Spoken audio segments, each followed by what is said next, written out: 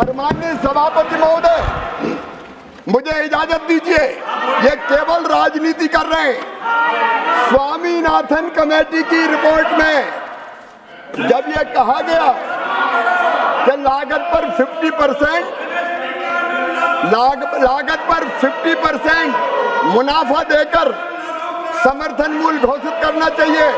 UPA की सरकार ने, जब मनमोहन सिंह प्रधानमंत्री थे, उन्होंने साफ तौर पर यह कैबिनेट नोट है, मैं इसको सामने सदन के रखना चाहता हूं।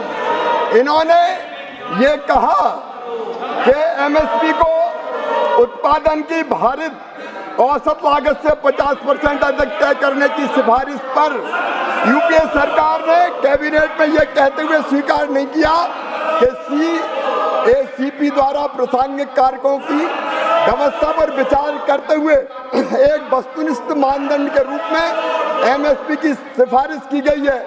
इसलिए लागत पर कम से कम 50% की वृद्धि निर्धारित करना बाजार को विकृत कर सकता है।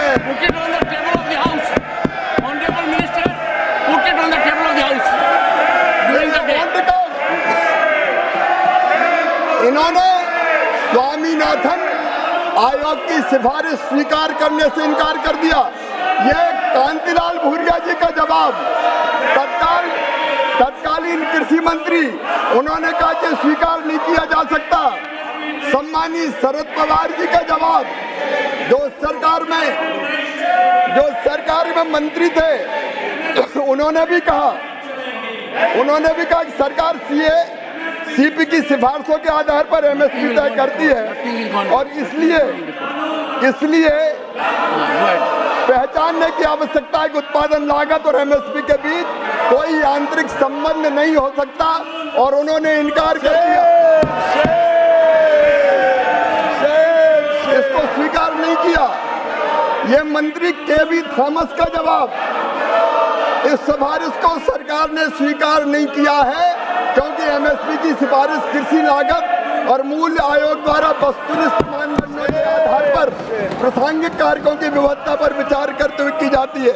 यह कैबिनेट नोट इनकी सरकार का, माननीय सभापति महोदय, मैं रखता हूं, लेकिन कैबिनेट नोट में इन्होंने राष्ट्रीय किसान आयोग द्वारा राष्ट्रीय नीति में शामिल न की गई सिफारिश, जब यह सिफारिश की गई कि एमएसपी उत्पादन की भारित औसत लागत से कम 50% से अधिक होना चाहिए, कैबिनेट नोट में यह लिखा, एमएसपी की सिफारिश सीएसीपी द्वारा संबंधित घटकों की किस पर विचार करते हुए वस्तुपूरक मानदंड पर की जाती है, अतः लागत पर कम से कम 50% की वृद्धि निर्धारित करने से मंडी में विकृति आ सकती है। कुछ मामलों में एमएसपी व उत्पादन की लागत के बीच मैकेनिकल लिंकेज प्रतिउत्पादक हो सकता है, इसलिए स्वीकार नहीं की जा सकता। ये इनका चेहरा है, ये मैं पटल पर रखता हूँ, ये बचा के रख रहा, ये ले जाओ, ये दे दिए, वो दे दिए, ये भी दे दिए। ये इनका असली चेहरा है। ये किसान के नाम पर, माननीय सभापति महोदय, केवल राजनीति करना चाहते हैं। ये